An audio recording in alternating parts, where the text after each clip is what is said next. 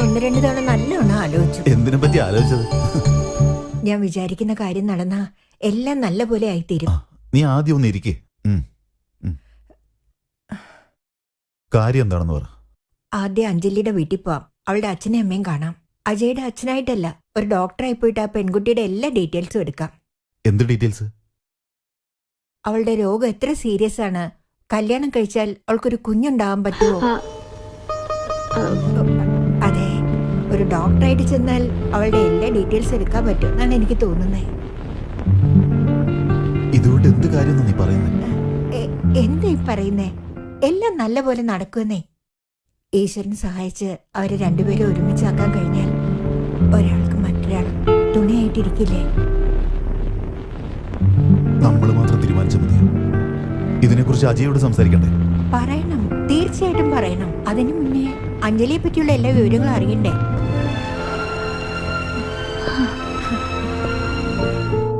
ഇതെങ്ങനെ നടക്കുമെന്ന് എനിക്കറിയില്ല.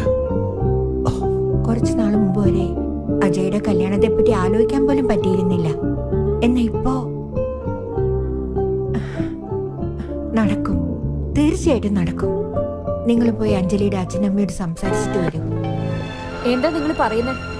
നിങ്ങളുടെ മോൾക്ക് ഇങ്ങനെ ഒരു രോഗമുണ്ടെന്ന് അറിഞ്ഞാൽ ആസ് എ ഡോക്ടർ നിങ്ങളെ സഹായിക്കാന്ന് വെച്ചിട്ടാണ് ഞാൻ മെഡിക്കൽ റിപ്പോർട്ട് ചോദിച്ചത്. ഇത് കൊള്ളാലോ. എന്റെ മോളുടെ അസുഖത്തെ പറ്റി എനിക്ക് അറിയാതിരിക്കോ? എല്ലാം അറിഞ്ഞിട്ട് തന്നെ ഞാൻ ഇങ്ങോട്ട് വന്നത്. എന്ത് വിഷയം അറിഞ്ഞതാ?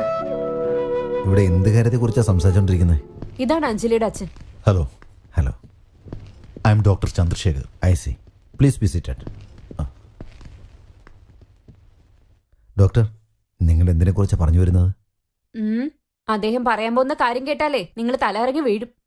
ഇവിടെ നോക്ക് ഡോക്ടർ, അഞ്ജലി എന്റെ മോള്. അവളുടെ ഹെൽത്തിനെ പറ്റി എനിക്ക് നന്നായിട്ട് അറിയാം. അവക്ക് ഇതുവരെ യാതൊരുവിധ അസുഖവും.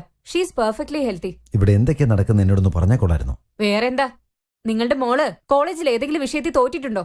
ഇല്ലെങ്കിൽ ക്ലാസ് കട്ട് ചെയ്ത് അറ്റൻഡൻസ് വാങ്ങാൻ വേണ്ടി എനിക്ക് വയ്യ, ഞാൻ ചത്തുപോകും, എനിക്ക് ബ്രെയിൻ ട്യൂമർ, അങ്ങനെ എന്തെങ്കിലും നുണ പറഞ്ഞ് പറ്റിച്ചിട്ടുണ്ടാവും. എന്ത്? അഞ്ജലിക്ക് ബ്രെയിൻ ട്യൂമറാണ് അവൾ കള്ളം പറഞ്ഞോ? നിങ്ങളോട് രണ്ടുപേരോടും ഞാൻ പല പ്രാവശ്യം പറഞ്ഞിട്ടുള്ളതാ.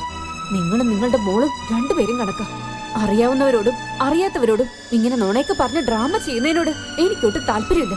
ഇപ്പൊ എന്തു പറ്റിയെന്ന് കണ്ടില്ലേ? പാവം ഡോക്ടർ, അഞ്ജലി പറയുന്നൊക്കെ കേട്ട് വിശ്വസിച്ചിട്ട് അവളെ സഹായിക്കാൻ വേണ്ടി ഇങ്ങോട്ടേക്ക് വീടും തേടി വന്നിരിക്കുക. ഇവരോട് ഞാൻ എന്താ പറയണ്ടേ?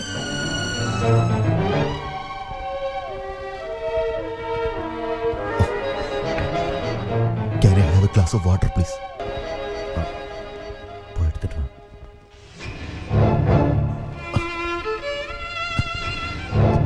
ഇതല്ല ഒരു തമാശയായിരുന്നു. A joke?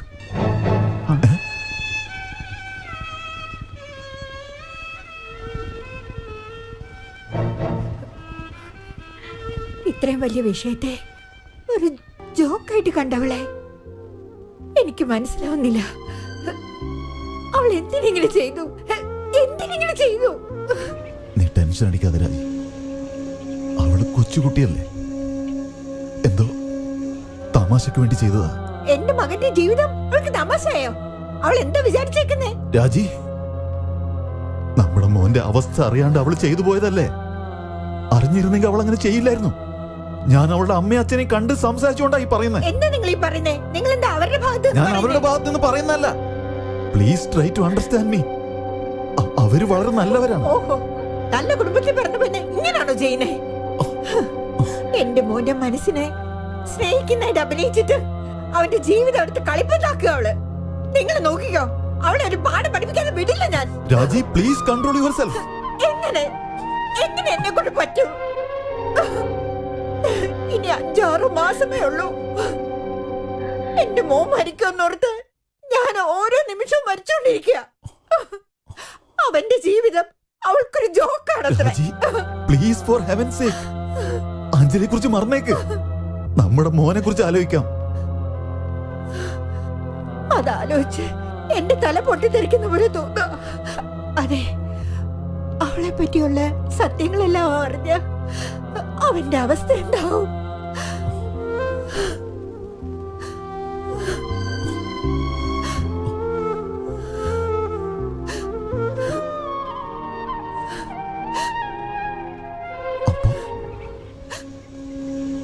നമ്മളിനി എന്ത് ചെയ്യും രാജി?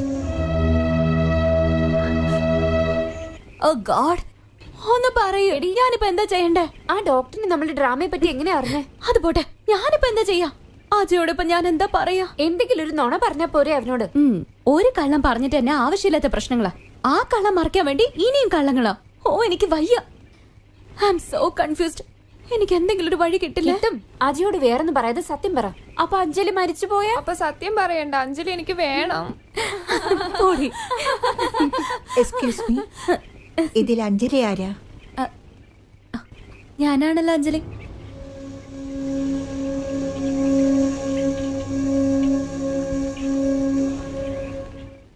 ഐ എം മിസസ് ചന്ദ്രശേഖർ, അജയന്റെ അമ്മ.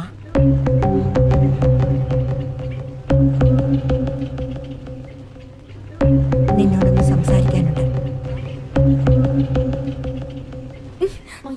ഇനിയിപ്പോ എന്ത് ചെയ്യും? Bye. എന്നെ രക്ഷിക്കണം. ബൈ അഞ്ജലി.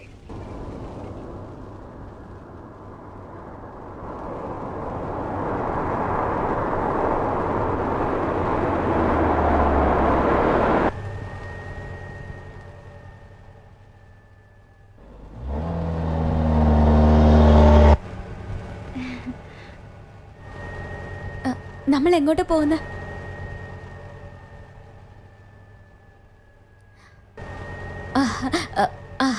അമ്മ എപ്പോഴും ഇങ്ങനെ വേഗത്തിലെ വണ്ടി ഓടിക്കുള്ളോ?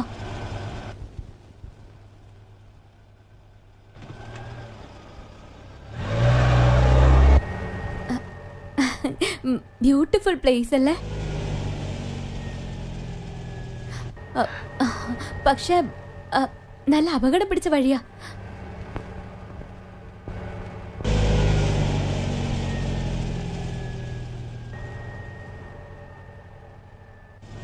അജയ് നിന്നെ പറ്റിയെല്ലാം എന്നോട് പറഞ്ഞിട്ടുണ്ട്. അവന് നിന്നെ വലിയ ഇഷ്ടമാണ്. സ്വീറ്റ്. നീ അവനെ ഇഷ്ടപ്പെടുന്നുണ്ടോ? അതെ. സത്യമായിട്ടും ഇഷ്ടപ്പെടുന്നുണ്ടോ? Yes anti. ഇപ്പൊ നിന്റെ ഹെൽത്ത് എങ്ങനെയുണ്ട്? അത് ആന്റി, എൻ്റെ ഹെൽത്ത് അത് പിന്നെ അത്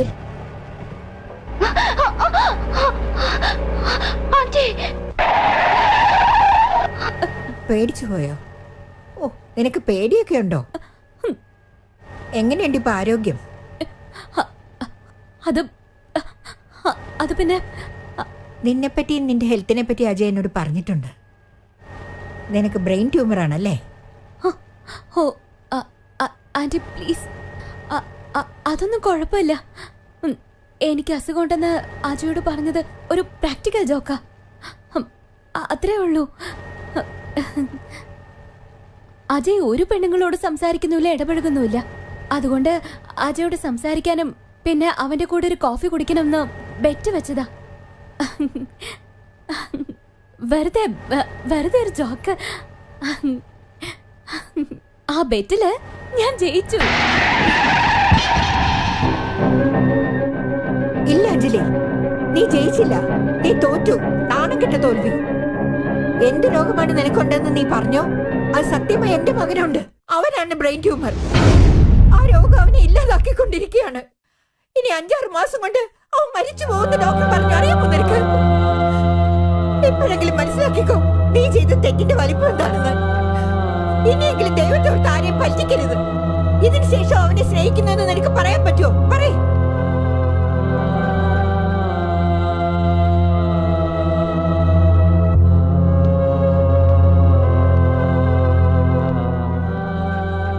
ഏയ് അഞ്ജലി, ചൂടായിട്ട് കോഫി കുടിച്ചിട്ട് പോടി.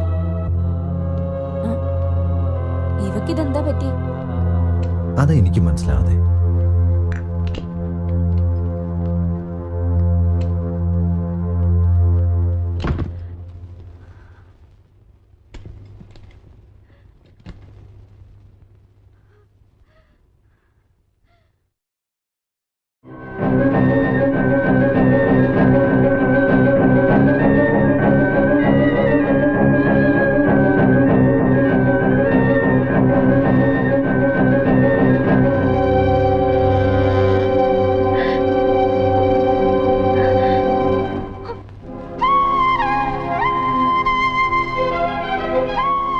അഞ്ജലിക്ക് ബ്രെയിൻ ട്യൂമർ.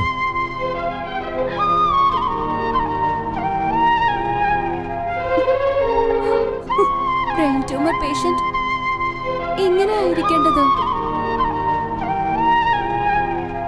നിനക്ക് ദൈവത്തോട് ദേഷ്യം തോന്നില്ലേ?